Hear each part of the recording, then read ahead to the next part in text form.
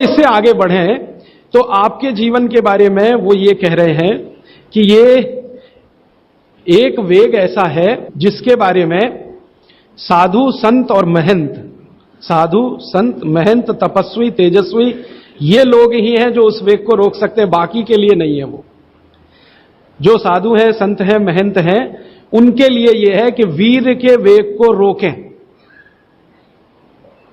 और गृहस्थी जीवन चलाने वालों के लिए है कि वो कभी भी ना रोकें। इस पर भागवत जी ने बहुत लंबी व्याख्या की है। साधु संत महंत महाराज साहब ब्रह्मचारी तेजस्वी तपस्वी इस तरह के लोगों के लिए उन्होंने निर्देश किया है कि वो जरूर अपने वीर के वेग को रोकें, और अगर नहीं रोक पाते हैं तो उनकी साधुता, उनकी सन्यासी होने की बात वो कमजोर पड़ती है। और आप जैसे लोग जो गृहस्थी का जीवन जी रहे हैं उनके लिए वीर के वेग को रोकना बहुत ही खतरनाक है। माने इसको उन्होंने काम वेग करके कहा है। काम वेग गृहस्थ लोगों को कभी रोकना नहीं चाहिए, और साधु संतों को हमेशा तपस्या करके उस पर कंट्रोल करने के लिए ही प्रयास करना चाहिए। तो साधु संतों का जो जीवन है वो पूरा जीवन शायद इसी में चला जाए तो भी वो कहते हैं कि निरर्थक नहीं है। अब क्यों उनको नहीं करना चाहिए, क्यों आपको करना चाहिए, ये विश्लेषण में जाऊंगा तो देर ज्यादा हो जाएगी। आपको संकेत रूप में मैं आपसे कह रहा हूं कि वीर का वेग, काम का वेग, वो कहते हैं सबसे खराब वेग है जो रोका तो आपके लिए, और साधु संत महंतों के लिए कहते हैं कि अगर उन्होंने नहीं रोका तो उनके लिए सबसे ज्यादा खराब। तो उनका प्रयास पूरे जीवन भर ऐसा होना चाहिए जो उसको रोक। अब उस प्रयास में ही उनकी दिनचर्या, उनकी ऋतुचर्या और उनकी आहारचर्या शामिल है। भागवत जी ने कई सूत्र लिखे हैं कि जो सन्यासी हैं, संत हैं, महात्मा हैं, उनकी दिनचर्या, ऋतुचर्या, आहारचर्या आपसे भिन्न है, होनी ही चाहिए। और आपकी दिनचर्या, ऋतुचर्या, आहारचर्या साधु संत और महात्माओं से भिन्न है, जो होनी ही चाहिए। दोनों जगह भिन्नता है, वो जान लेने के लिए आवश्यक है।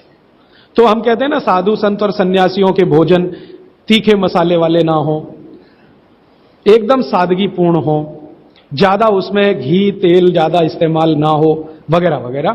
तो और आपके लिए बिल्कुल उल्टा, आपके भोजन में तीखे मिर्च मसाले हो तो चलेगा, घी तेल बहुत ज्यादा हो तो भी चलेगा। तो गृहस्थियों के लिए जो जीवन है, आहारचर्या, दिनचर्या और ऋतुचर्या का, और साधु सन्यासियों के लिए जो जीवन है, दिनचर्या, दोनों में बहुत अंतर है। इस पर लंबा विश्लेषण हो सकता है, समय की कमी।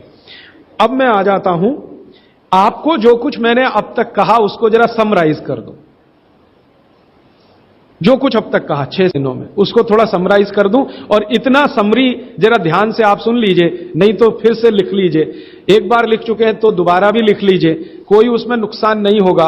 हो सकता है याद ही हो जाए आपको, क्योंकि बार बार कोई चीज लिखे ना तो अच्छे से याद होती है। सुनने से तो होती है, उससे भी ज्यादा याद होती है लिखने से। हो सकता है आपको लगे कि ये तो आपने बोल दिया है, फिर भी मैं बोल रहा हूं क्योंकि मुझे आज पूरा बात समअप करनी है, फिर बाद में प्रश्नों के लिए मैं जाऊंगा। आप एक साधारण गृहस्थ हैं। साधारण गृहस्थ से मतलब जो भागवत की परिभाषा में असाधारण कौन है? जो साधु हैं, संत हैं, सन्यासी हैं, महात्मा हैं, ब्रह्मचारी हैं, ये सब असाधारण श्रेणी के लोग हैं। आप जो हैं साधारण श्रेणी में आते हैं। तो साधारण श्रेणी के लोगों को जीवन भर बिना रोग के जीवन बिताना, बिना डॉक्टर की मदद के अपनी जिंदगी को चलाना, बिना विशेषज्ञ की मदद के अपने जीवन को चलाना, उसके लिए उन्होंने जो कुछ कहा वो मैंने पिछले 7 दिन में अलग अलग समय पर आपको बताया। आज फिर उसको कह रहा हूं, रिपीटिशन कर रहा हूं ताकि याद रहे। तो सबसे पहला मुख्य नियम है आप जैसे लोगों के लिए, वो वही है, खाना खाने के बाद कभी भी पानी ना पिएं। ये सबसे जरूरी, सबसे आवश्यक नियम। खाना खाने के बाद कभी भी पानी तुरंत ना पिएं, 1.5 घंटे के बाद पानी पिएं। एक्सप्लेनेशन में पहले दे चुका हूं, अगर आप चाहें तो फिर समझा देता हूं। खाना खाते ही पेट में अग्नि प्रदीप्त होती है, उसको जठर अग्नि कहते हैं। जठर पेट का वो स्थान है जहां खाने का पाचन होता है। हिंदी में उसको आमाशय कहते हैं, संस्कृत में जठर कहते हैं। तो जठर स्थान पे अग्नि प्रदीप्त होती है, और ये अग्नि 1.5 घंटे तक ही रहती है। तो 1.5 घंटे तक पानी न पिए तो अग्नि अपना काम अच्छे से करेगी, तो भोजन आपका अच्छे से पचेगा, रस में बदलेगा। और मैंने आपको क्रिया बताई थी कि पहले खाना जो है ना पेस्ट में बदलता है। जैसे आप घुटी हुई खिचड़ी खाते हैं ना, खिचड़ी, वैसे खाना बनता है, वो 1.5 घंटे में बनता है। फिर उसके बाद रस निकलता है, और जब रस निकलेगा तब पानी की जरूरत है, क्योंकि बिना पानी के रस नहीं बनता। तो कहते हैं 1.5 घंटे के बाद पेट भर के पानी पिए। यह सबसे जरूरी, सबसे आवश्यक पहला नियम। दूसरा नियम, पानी कभी भी पिए तो घूट घूट भर के पिए। यह मैं बहुत आवश्यक नियम मानता हूं सबके लिए, आप जैसे लोगों के।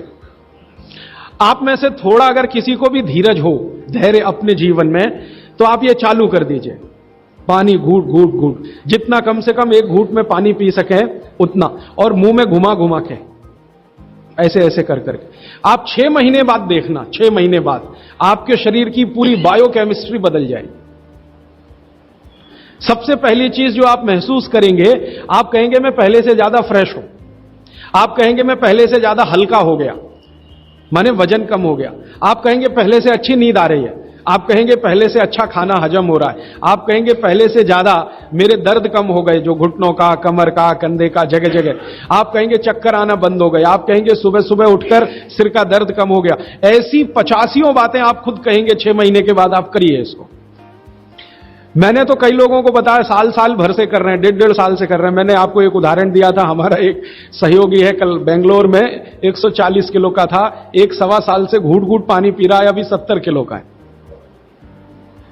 कोई आसन नहीं करता, कोई प्राणायाम नहीं करता, जिम में नहीं जाता, कोई एक्सरसाइज नहीं करता, क्योंकि उसको फुर्सत भी नहीं है, आईटी कंपनी में काम करता है।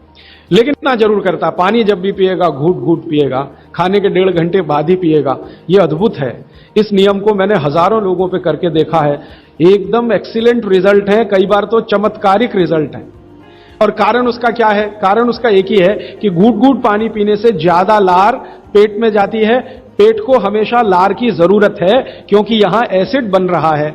एसिड खाने के समय में जो निकले तो खाना पचे, खाने के आगे पीछे जो एसिड निकलता है वो डाइल्यूट होना ही चाहिए, नहीं तो वो पूरे रक्त में जाकर उसकी एसिडिटी बढ़ा देता है। और वही एसिडिटी है जो आपको हार्ट अटैक लाती है, कार्डियक अरेस्ट की तरफ ले जाती है, ब्रेन हेमरेज करा देती है, पैरालाइज्ड हो जाते हैं आप। गंभीर से गंभीर रोग इसी एक नियम के ना होने से होते हैं। आप पानी गटागट जो पी रहे हैं, यही एक छोटी सी गलती जिंदगी में आपको सबसे भारी पड़ेगी।